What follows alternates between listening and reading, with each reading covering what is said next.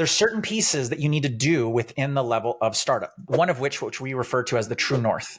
You need to know what is the mission, vision, like what is your purpose? What are your values? What is the principles that you're going to be building your business on? It's kind of important.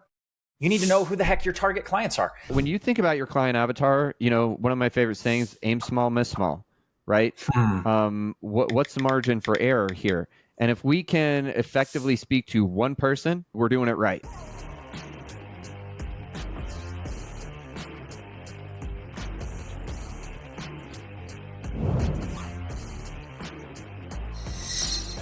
Welcome back to the Coaching Equation Podcast. I'm your host, Ryan Lang, CEO and co-founder of Empire Partners, alongside my co-host and co-founder, Brooke Bishop. What's up, man? What's up? Pumped for today. Yeah, man. Fresh off the holiday, the Labor Day holiday weekend as we are recording this, and fucking fired up to get after it today. We teed up this episode after we had an opportunity to kind of break down Alex Hormozi's $81 million launch day. And I'm super excited to dive in on this because I think it's one of the things that doesn't get talked about enough in business in general. And I also think that it might be, as I alluded to last episode, I think that it might be, if it's not the thing, it's at least one of the top things that I think, makes, causes underperformance in business. And in a lot of cases, quite frankly, utter failure in business. And it doesn't show up on a stat sheet. It doesn't show up in your KPIs. And quite frankly, if you don't have awareness around it, it's really difficult to spot. You typically have to have a good mentor, a good guide, some other set of eyes that's looking at your stuff to realize that you're, going down the wrong path. And by path, I mean, we want you headed down the path to mastery. That's what this is all about. That's what we're here to talk about today. And before we dive into the whole thing, dude, we've been talking about this since the beginning, but there was sort of some, there was kind of some stuff that led you to this idea in the beginning. And I'd love to kind of start there. Where did this start for you? Because I have my own version of why and where kind of this came into my coherence, but where did it kind of start for you? Well, there was kind of a menagerie of three things. So there was a trifecta of sorts. It really started, honestly, first off in the psychology world. So being familiar with Maslow's hierarchy of needs, right? So that was one place, which then couple that moving over into the world of working with a gentleman named Brian Buffini. Their whole world was structured for real estate leaders to work from a place of survival, stability, success, and significance. So there's this element of hierarchy within the real estate world of how that plays. Couple that with migrating over working with a gentleman named Tony Robbins, where his whole world is making a commitment to mastery. It was interesting because even with Buffini, I always had this like weird association with like significance being the top of the peak, the pinnacle for them. And I'm like, is that really over chasing? Like, yeah, because sometimes it's not for a lot of people. Well, and then so in the world of Tony, significance is positioned way more as, because he's got his 6 human needs, and significance is one of the lower level needs that we try and get satiated. So it's more ego driven, right? So it always kind of left me in this limbo. And I really loved his framework and his positioning around making a commitment to becoming a master of whatever it is that you do. Yes. So that commitment to mastery. So that was really kind of the evolution in my world as it pertained to that side. But how about for you and your associations to it? Yeah, interestingly, I really would credit the crazy journey that I went on personally from 2015 to, I would say, like 2021, 2022. During that span of time, I think that I saw, number one, I think the first thing is I saw the effects of going wide instead of going deep. And when you think about mastery, probably one of the most palpable examples of, the benefits of going deep instead of wide that I can find in my own life is, I remember when I jumped on when I was actually doing frontline sales, and I jumped on a sales team with your Uncle Mark. And I committed to myself at that point. I didn't know what the hell I was doing with my own coaching business. I kind of set it down on the side. It was in that moment where I just went, okay, I don't know where this is headed. I don't know what I'm doing, but for whatever reason, this feels aligned for me right now. And I am blocking everything out. Everything. I'm eat, sleep, breathe. I literally went to Dawn the night that I said yes to Mark. I went to Dawn and I go, honey, I'm just going to apologize ahead of time. I'm locking myself in my office and I'm going to eat, sleep, and breathe this shit all day long. And I did. And the growth was so rapid. It was wild. And that was a really key moment for me, because there were other times in my life where I did that, but I'm not sure I knew exactly what I was doing by going deep. At this point, what I knew was that going wide was no longer working for me. And so that was kind of that commitment to mastery that I made to myself at that point, and the results were really palpable. But the other thing I would say is that, you know, I, through my own trial and error, we're going to talk about this today. I don't want to ruin the entire thing, but man, one of the things that I have been so guilty of when I got into my coaching business, such an interesting thing, because I was not this way in the previous business that I built. I really built everything from a foundational level. I came in, I was an apprentice, I learned, I went out in the field, I sold, I made my way up the food chain and learned at every turn. And when I got into my coaching business, I literally got this it was like a disease where I was just like, if you could just give me that fucking magic pill right now, just give me the marketing tactics, just give me the one thing I got to go do, the one thing that would make it all happen faster. And as a result, I didn't realize I was doing this at the time, but I was going and chasing tactics that were way beyond what I was ready for, and I didn't have the foundation. And it took me many years.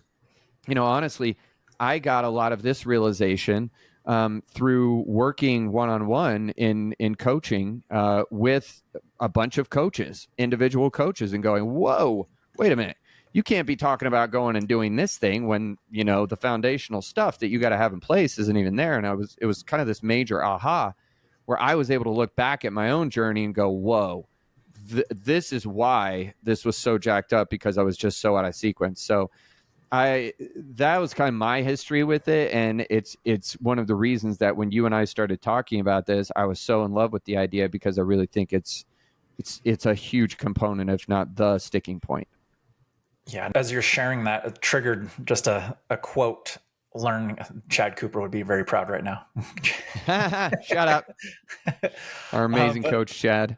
The quote that jumps out, learned back in martial arts, right? So Bruce Lee says, fear not the man who's practiced 10,000 kicks one time. Fear the man who's practiced one kick 10,000. Yes.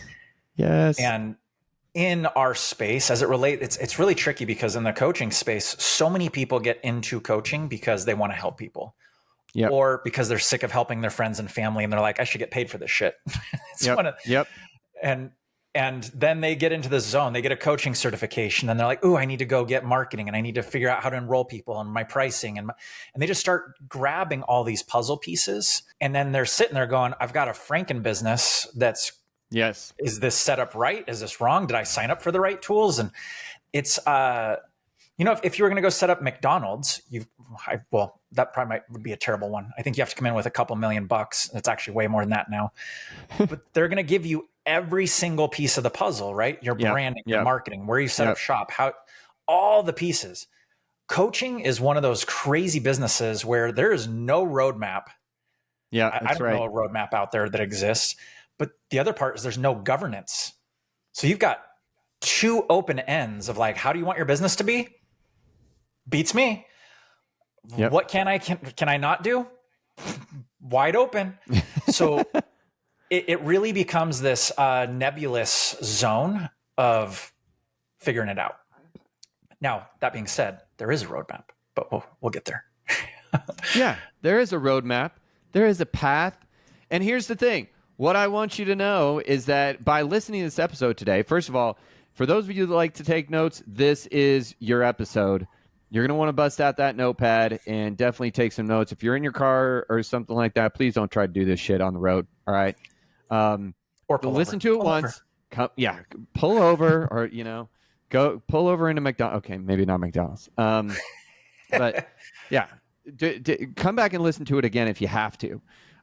Because here's the thing, my favorite, speaking of quotes, my favorite poem of all time is The Road Less Traveled by Robert Frost. And he says, two roads diverged in a yellow wood. Fast forward, I took the one less traveled by. You guys, here's what you need to know. The truth of the matter is that what we're about to lay out for you is the road less traveled by. It's why there are so few actual masters in the world today and why it's so coveted, because most people don't have the patience and the diligence and the fortitude to go down this road.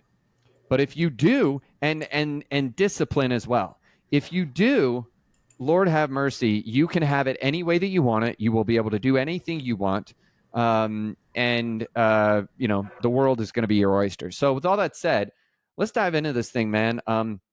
So let's sort of lay this path out, and we'll just sort of start at the foundational level, which is what we call startup. Yeah. So it might help if we paint the first picture of, so yes, foundation 100% is startup. But I want to throw caution to the wind for anybody who's listening to this.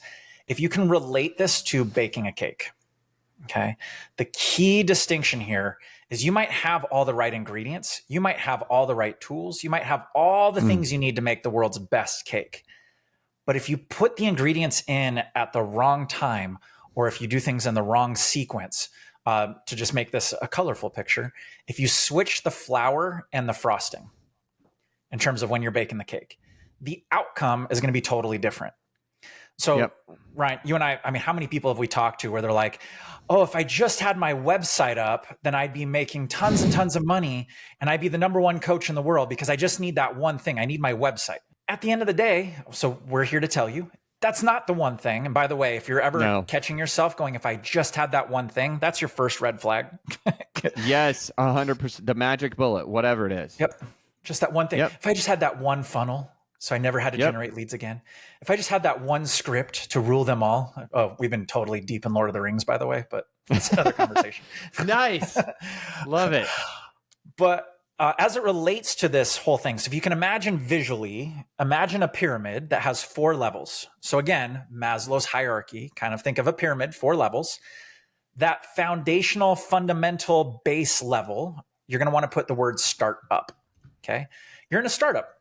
Now, there's certain things that you want to do in your business that we break it down into 4 buckets just to make business easy, because business is very, very easy and most people screw it up.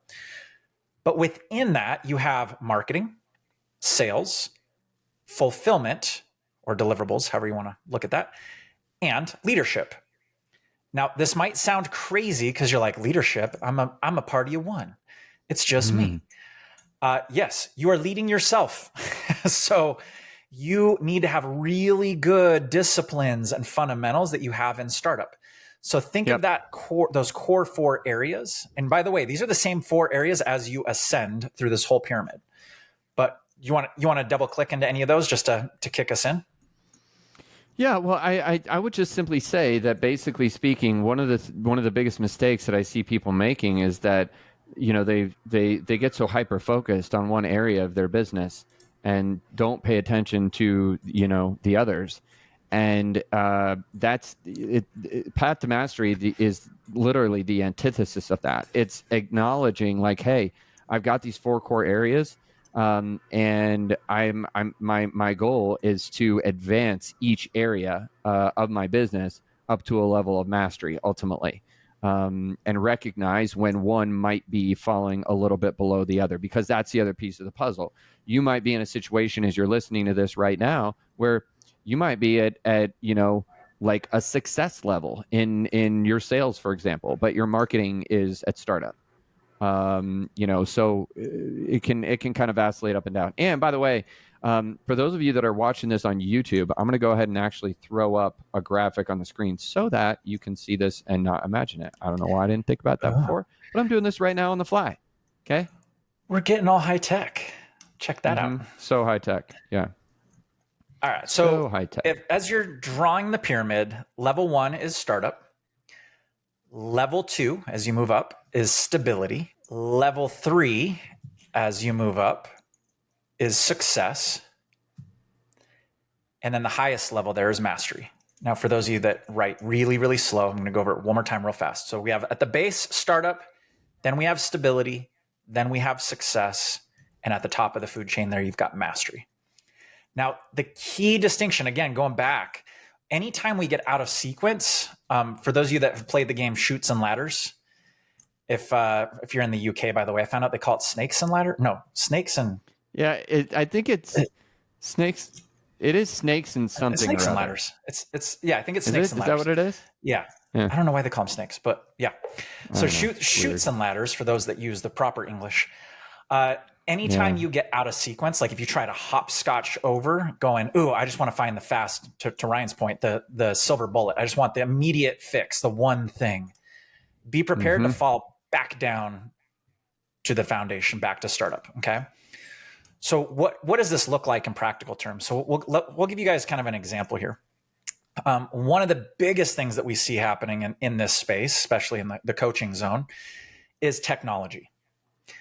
Somebody will come in and go, ooh, I like this tool, so I sign up for this one. And I like that tool, and I'm going to sign up for that one. And all of a sudden you find that you've got this bloated out $1,000 to $2,000 a month technology bill, and you have no clue how to use any of the pieces of technology, or maybe you're using just scratching the surface for a feature of each of those tools. And then now you're on the hook with contracts to the tune of $20,000 to $25,000 a year. Yep. And you're like, well, shit, I thought if I got Calendly that I'd be getting new clients. Yeah. Never heard that before. Or I thought that if I had the CRM, I signed up for Kajabi. Now I'm in business. I'm good. Yep. When in reality, you've bloated and you probably could have gotten a very different tool, or we would have had you focus on some very different activities, because guess what? The goal is not to have the perfect tech stack yet. The goal is to have the least amount of technology that allows you to move so you can go get paying clients, so that you have more money so you can get the right technology. 100%. I would just say on this, dude, a brilliant point, and simplicity scales. Complexity does not scale. And it's one of the things that, to be honest with you, we do. Like, holy shit, I totally did this. Oh my God. I had the most complex, ridiculous daisy chain fucking tech stack you've ever seen in your life, when I didn't need it. Like, I could have run my business with my Outlook and fucking Google Drive. And that's the truth, is that we got, in order to scale, and honestly, we gum this up, we muddy the water in the beginning most of the time. And the other piece of this that I think is really important is that doing this the right way requires something really key, which is intentionality. And going back to you talking about, snapping up the sexy tech, tools, it's like, okay, wait a minute. If you're doing this right, it's not, oh, this is cool, I'm going to get it. Or, oh, this is cool, wouldn't it be fun if I could blank? Instead, I run it through a filter, and intentionally I go, okay, is this tool going to serve one of my core strategies that I'm focused on right now in my business? Yes or no? Does it advance that? Yes or no? And is now the right time for me to deep dive on it, implement it? Because here's the other part. To your point, not only do we complicate this, but I was just talking to somebody the other day who's like, I've had X platform for 2 years now, and I have no fucking idea what I'm doing in there.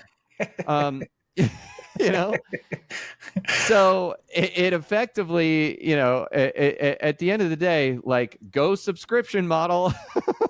They're winning. They're winning. This is why Planet Fitness, exists, because they got like 95% of their customers that pay the bill and don't ever come in, that motherfucker. But yeah, we got to be making those decisions intentionally. So inside of startup, you want to dive into kind of what, like, some of the components of startup. Are you ready for that? I want to hit on, let's definitely do that. And I just want to, for anybody who might be aware of DISC personality profiles, I'm just going to throw a little caution to the wind just because I think it's pertinent.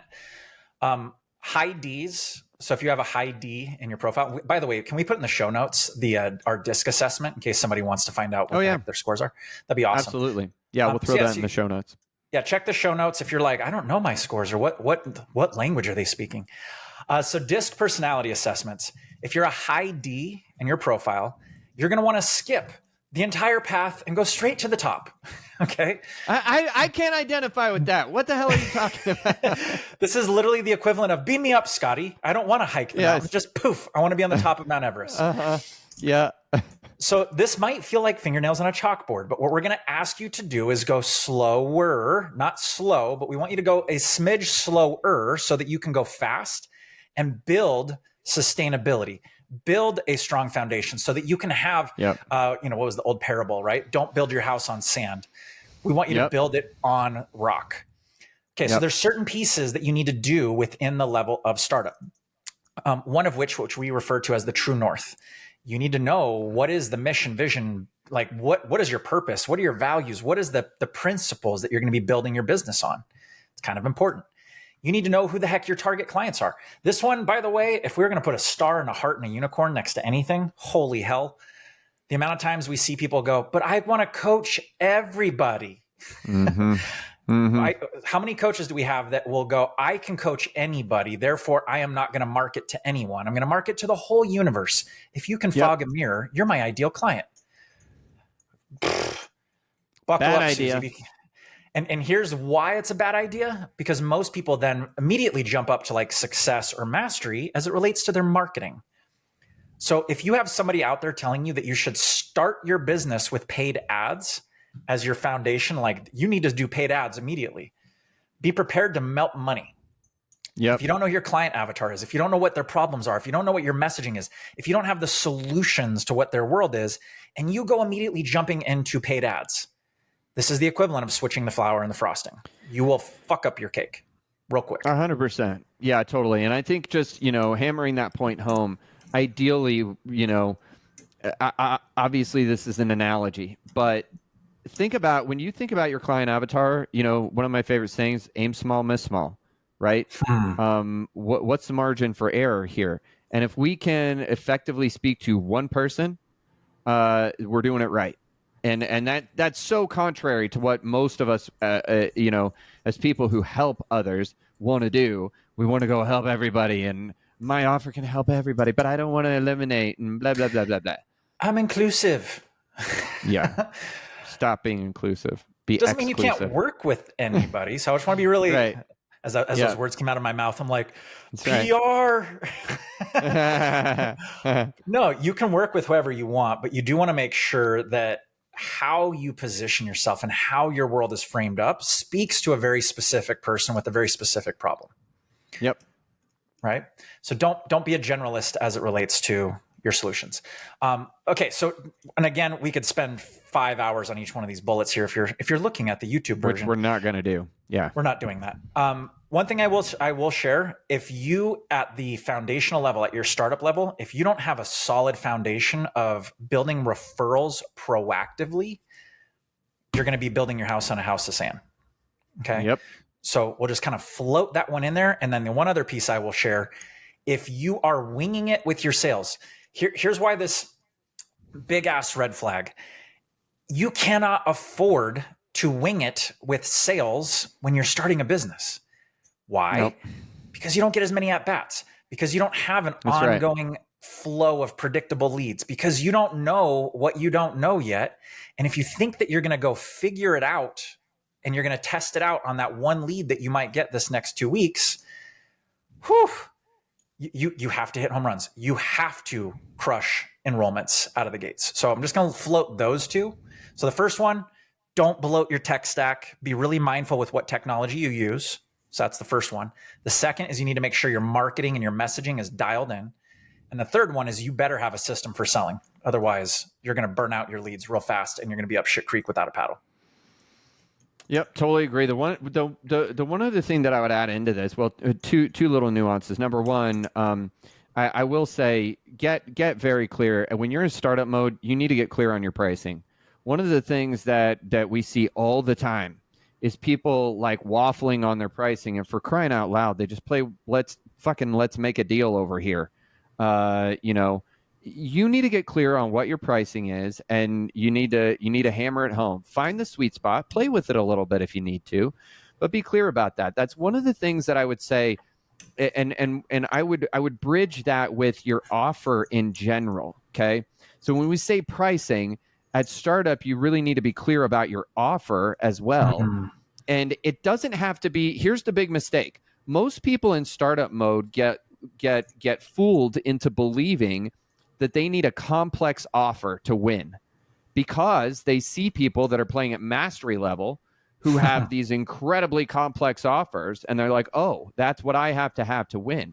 Quite the opposite. If you try to create a complex offer at startup, you're going to overwhelm yourself. You will overpromise and underdeliver. And at the end of the day, the complexity that you've created is just going to drag the ship down. You need a simple offer, a very simple offer that you can deliver like crazy on, and know what your pricing is and anchor into that. The one other thing that I'll just say, just to hit on one of the ones that you mentioned, you talked about referral, Brooke. You know, we have talked about this quite a bit over the years, and I'll just say it again now. The foundation of your business should be, from a marketing perspective, should be referral, word of mouth, warm network, relationships. If that's what you're doing, you will, and you do it at a high level, I swear to God, you will never go hungry. I was just talking to a business owner the other day who has done very well over the years. They've done 7 figures several of the last 6 to 7 years. And he came to me because we were having a conversation around difficulty with paid ads. And guess what? They built their business on paid ads. And when the paid ads are not working, their revenue goes in the toilet. And we were talking the other day, and I've known this guy for a while, and he's like, man, here we go again with the damn ads are just not working right, and I don't know what to do, and da-da-da-da-da. And I said, bro, can I be honest with you? Yes. Notice I got permission. Permission. Yeah, good man. He's like, yeah. And I go, you went backwards, brother. Like, you guys went backwards. You did switch the flour and the frosting. Like, you have no way of, you're the only one who ever brings anybody from a referral standpoint into your business. And I'm like, if you're not doing it, are your clients referring people? How many referrals did you get this year? I don't know. That's a problem. So, but you flip that around, and if you build your foundation on referral, and relationships and warm network and that kind of stuff, you will never go hungry.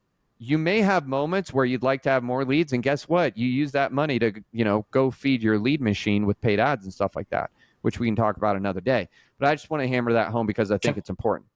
Can I make a controversial statement? Please. just to piss off anyone who's listening. Yep. So there's going to be somebody who's going to hear this and they're going to want to argue over this. And I welcome the conversation, but I want to bring this to the fold. If you are mega averse, meaning if you have zero desire to network, if you have zero desire to build referrals, if you have no desire to get out there and shake hands and meet people and build up your community of people, get out of the business of coaching today. Because if you're not willing to go do that piece to generate the business, you are going to be miserable when you're fulfilling and delivering to those people. Okay. Yep. So we've seen, Ryan, I've seen many people that they don't like people, and they'll go, well, I see this opportunity to make money and I have an expertise, and I saw this thing that said I can generate leads and I don't have to know these people. So I'm going to throw money at paid ads. I'm going to load up my calendar with all these strangers. I'm going to go do sales, and then I'm going to make all this money. Yep. And within 6 months to 12 months, they freaking hate their life, because guess what? They don't like dealing with people and their emotions, and they don't like the up and down of sales, and they don't like having to deal with marketing. And now they're caught in a space where they're like, why did I get in this business? And now they're contractually obligated and they're stuck. If you don't like people, and if you're not willing to build a referral as the foundation, you're in the wrong biz. I would just say, I know we got to move on to the next one, but I would just say that, to be clear, I believe that about any service-based business. Yeah. Because if you don't want to do that in any service-based business, you ought to go make fucking widgets or something, or go to work for somebody else. Honestly, go write code in a vacuum. Yeah, for real. Okay, all right, let's move this on down the line here. Moving on. Stability. So stability is at level 2. What I'm going to give you guys just as a piece of this puzzle, between each of these stages, to move from startup to success, from startup to stability, or from stability to success, or success to mastery, it will always require 2 changes in your world, and they're big. Every single time you level up, you're going to have number 1, a change in your strategy. Okay, so here's an example. If you're generating 20 referrals per month, you could probably handle that as an individual. As soon as you move into stability, let's say you start generating 40 referrals per month. You're going to have a change in your strategy for managing those leads, for tracking them, for your calendaring, for the technology, for the pieces that are there. Yeah? Yep. So the first piece is you're always going to have to level up your strategy every time you level up within the path to mastery. The second one, and this is the part this is where the discipline comes in. Every time you want to level up, you also have to shift your psychology. Okay. So to go from foundational level, where you're an employee of one, you're the business owner, your marketing, your sales, your legal, your everything. As soon as you go into stability, now you're going to need to bring either vendors in, or maybe a virtual assistant, or maybe you hire an executive assistant, or maybe you start outsourcing. That requires you to completely change the way in which you approach your business. Because guess what? When you're a man or a woman of one and you're running your business, you don't have to explain what you do to anybody else. You just do it. You don't have the chances of it being done wrong are low, but you're going to be limited in how far you can go. The second you hire somebody, you're going to have a change in process, and you're going to have a change in the way you think. So I know this is right up your alley, Rye. So what, in terms of how you perceive this one? Yeah, I would just say, I would just use, I would say, and psychology and identity. So it comes down to a core belief of who I am. Every time that I take a step up, I literally have to step into a new identity and then have the psychology that comes alongside that. The other thing that I'd say about that is that every time you make a step up in path to mastery, it doesn't mean that you have to stop talking to people that are at the level below you. But what it sure as hell does mean is, if you want to actually stay at the next level that you're trying to ascend to, you better go find some people who are there with you. Y'all need to be having conversations about similar things. One of the things that's hardest is when you, and I think most people can identify this, especially if you're a high achiever, when you move out of, one level and into a new one, and a lot of people are left behind, in the dust, all of a sudden it gets harder because their problems are not the same as your problems. The things that you're trying to do are not the same as the things they're trying to do. So just be mindful of your inner circle at, each time you take a step up, because that's part of what anchors in that identity for us. Is we not only have to believe that we are that next version of ourselves, but we also have to be very clear that part of the proof that we are the next version of ourselves is that we surround ourselves with other people who are just like that. Very, very well said. Yeah, there's what we see, right? Anytime somebody's gone to do their first hire, that's when the usual oh shit kicks in, because hiring, interviewing, onboarding, meeting with them, having a meeting cadence, having standards, expectations, all of those pieces come into the fold, and it becomes really critical. So this is where you usually have that moment where you're like, oh, I'm a leader now, right? So at the stability level, just be prepared. A lot of the systems that worked for you at startup, they're not going to work at stability, and you've got to level up. Yep. Yep, that's well said. And I think, the couple things that I would just mention, again, we would be here forever if we went into each and every one of these that's on the screen if you're watching the YouTube version of the podcast. But the one thing the couple things that I would mention here, number one, you'll notice, like clear branding and strategic website was not part of startup. That's newsflash to many of you. Okay, that comes in stability. So I would just mention that. The other thing is, and I'm really excited about this. There's another episode that's going to be coming out very soon where I actually had a chance to talk with my buddy Mike Goldman about proactive referral system. This is where you actually have a system of getting referrals. That's a major step up from just like every now and again you ask somebody and some folks send some folks your way every once in a while. But you're going to notice as well that you're starting to get some support around you. Okay. So now it's not just you, but you might have a VA, which, by the way, if you're at that breaking point right now where you need some help around you, send us an email at support@empirepartners.io and just put VA in the subject line, and we'll reach out to you about getting a VA through our Empire staffing. You might even have a part-time coach at this stage of the game, but we're starting to get out of that tying yourself down with all the things, and you're starting to kind of get into who, not how territory here. Well said. Yes. Yeah. And by the way, if you don't know how to do any of those things, and this is why people get stuck, they'll go, Yep. I don't know how to onboard them. So instead of onboarding them, I'm just going to work 80 hours a week because I'm scared of onboarding, or I'm scared of the unknowns, or what if they decide to sue me, or all those fears start to creep in. So just know they're part of why we love doing this stuff is we're like, hey, here's on a silver platter how you do onboarding. Here's how you protect yourself. Here's how you all the things you need to do. So just know, again, people have gone the way before you. Don't let your fears keep you stuck in the stage that you're at.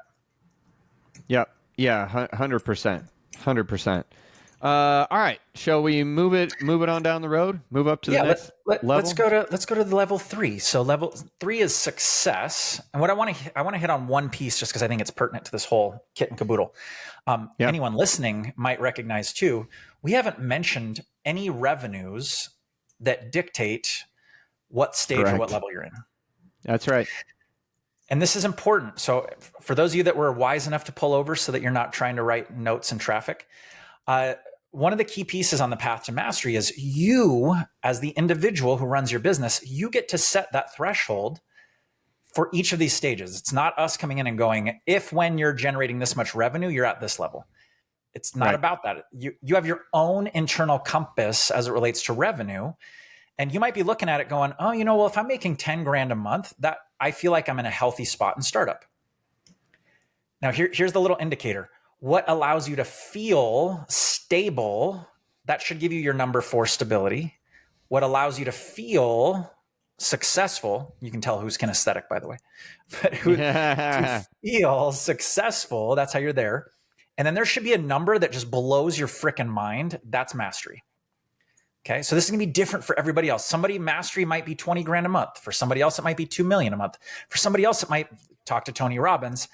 If he's not doing 200 million a month across the board of his businesses, that he feels like he's losing, right? Yep. So it's all relative. But yeah, bring us into success here. So true. Yeah. So a couple of things that I want to highlight about the success level is now we're moving into heavier stuff with affiliates and partnerships. Now I want to circle back to startup,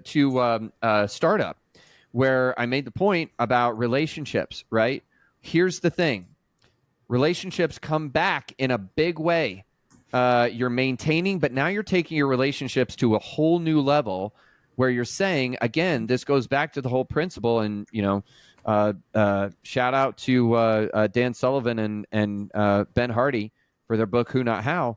But this goes down to not how am I going to accomplish this big, hairy, scary goal? Who has my audience? Who can I partner with to do this? Who could help augment my offer, right?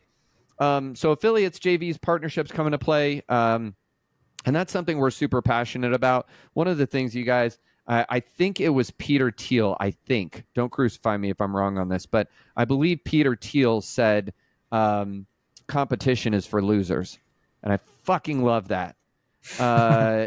Because I swear to God, you guys, I don't mind being, I'm a very competitive person, but at the end of the day, we have made, an incredible business out of finding the right people and partnering with them strategically and doing things together. It's more fun. You're going to get farther faster.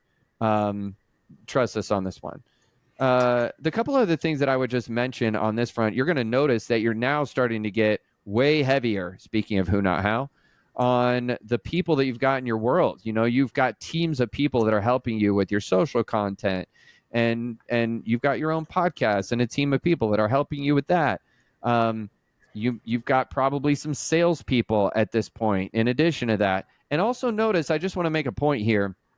And feel free to add anything on this because I know you're super passionate about it. But notice that it is the success level where we make the first mention of a salesperson.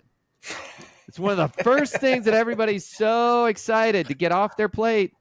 And honestly, if we could have it our way, there are very unique circumstances where we would disagree. There are a few, not many. But by and large, you need to be a good ways down the road before you offload your sales, because remember, that is your life. That's the lifeblood of your business. No sales, no business. And in most cases, you mastering your own sales process is going to be, the first step and one of the most important steps in your business, going to carry through all the way up to success. So what else would you mention about this level? Yeah, dude. So there's things that dovetail here. And this is where you can really see, the further you get up, you can see where having that foundation becomes critical. At success, you've got to have really good handle on metrics. Yes. Right? If you built a Franken business at the foundation and then now you're hoping as you're in success, I mean, how many people have you and I seen that had to go spend hundreds of thousands of dollars on their technology because they got to a level of success and they're literally running their business on Google spreadsheets? Yeah. Yeah. And they're like, but Yep. I don't know what things I can tweak and I don't know what decisions I can make because I don't have data. The more you move up, you have more that you can gain, but you also have more that you can lose. So your liabilities increase. So true. Yeah. So you're going to notice metrics and people. That's the big piece. Metrics, people, and process, if we wanted to kind of really isolate as this thing escalates. But it's really tough if you don't have the right framework set up below you as the foundation. You get into success, and I cannot tell you how many people get stuck there because they spin around trying to recreate their whole business. And that's usually where they fall back because they spend a year or 2 years or sometimes even longer trying to restructure their business so that they can, again, scale. Yep. So true. So true. Yeah. I would just say, too, one other little piece on this before we get to the last one is that you'll notice that, especially if you see the visual on this. And by the way, you know what? I'll take the PDF of this little mini slide deck. I'll put it in the show notes for you. You can grab it. But one thing that you're going to notice when you look through the visual of this is that it's not that we just start tracking metrics at the success level. You're tracking something from the very beginning. It's just that your tracking gets more sophisticated and more complex the higher you go. So I just wanted to mention that because you got to start tracking from the very beginning, even if it's super simple. Yeah. All right, let's move this down the road to the final level, mastery. Mastery. Okay, so mastery. The goal here when you get to the level of mastery is that you should be able to step away from your business in terms of execution. And you should have all the personnel and all the processes and all the strategies and the SOPs. Your business should run with you not being there. Yep. Now, all that being said, how many people, how many times have you and I seen, if I could just hire a CEO to just run this business for me and somebody's in, let's say, stability, and they think that they just get to go be the rock star and they get to go on their merry way. I actually talked to somebody this last month. They're in stability and they staffed up CEO, CMO, CFO. They put all these people in play and they're like, my margin sucks. It's like, yeah, because you're paying all your margin to all these high level people because your ego wanted to have the title and present that you had this big company. Yes. Boy, you're not there yet, homie. So this one though, if you go in the right sequence, you go in the right order, this is where you're able to have the right reports that you can actually look at your dashboard and make decisions. You have the people that you can hand those decisions off to, and those people can then go execute, or they have the people they can go hand that off to and execute accordingly. Yep. Yes, yes, yes. And all of that leads to putting you in a position where you can be a powerful creator, influencer, where you have an opportunity. It's less in the business and more on the business. You're actually building your business. So and you can't do that without the kind of leverage like you see on the screen right now for those of you who are visually watching this. And at this point, I mean, like, we're kind of hitting the tippy top. The funny thing about this is you look at some of these things like, oh, there's a team, like there's a CEO and a CFO and a CMO and, a director of sales and stuff like that. So many people are playing at a like startup or stability level, and they're like, oh, I need a CFO. The fuck, you need a bookkeeper. At this level, though, you need people. Here's where what really shines through at this level of mastery. One of the things that should start shining through is you don't just have bit part players. You have rock star supporting actors that are elite in their unique area. That is what we're talking about. When you're truly at mastery, notice what's really interesting about mastery is that this isn't just about mastering yourself. It's one of the biggest mistakes that people make is they believe that they have to go master themselves, which you should, but then I got to go master every single area of my business. Nope. What you got to master is master the things that are your special, unique gifts and abilities. Ball that out, and then become a master of finding talent that is, doing exactly that in their level or in their area of expertise and genius. That's when you truly reach a level of mastery. Well, my friend, dude, this has been so good. And by the way, we're going to talk a lot more about this. This is really more of us serving up, the initial full chunk of the idea of Path to Mastery. But we're going to break this down. It's going to weave its way into lots and lots and lots of conversations. So get ready for that. I hope this has been helpful for you. Dude, any last words of wisdom before we put a bow on this baby? Yeah, I would just say for anyone who's listening, if you're like, I don't know where I'm at, I don't know what the status is of where I should be, you guys raise your hand, reach out to us. We've got a number of ways to help you identify where you're at on the journey. And we'll be able to help you figure out how to get to that next stage so you don't hopscotch or do the recipe out of sequence. Yep. Yeah, just know that there's people that are here that are available to help support you. And sometimes it's big, sometimes it's small. Sometimes it's just those repetitive decisions we have to make that we've got to get back into proper sequence. So, yep. The last piece I would just say is to your point on getting help, figuring out where you are and what you need to do in that level and how to get to the next level. No matter when you're listening to this episode, our next live event is going to be available to you. And you can go and check that out by hitting www.empirepartners.net/event. We'll link that up in the show notes as well, so it's super simple for you. If you got thoughts on this, by the way, if you have any ahas, go hit us up at coachingequation.com and use the fun little voice note feature that's on the website. We love getting these voice notes. They're super fun. Come leave us some thoughts, or if you've got questions, we'll be happy to weave them into the next episode. With all that said, my man, great stuff today. Thank you for listening to this episode of the Coaching Equation podcast. Until next time, take care. Take care, everybody.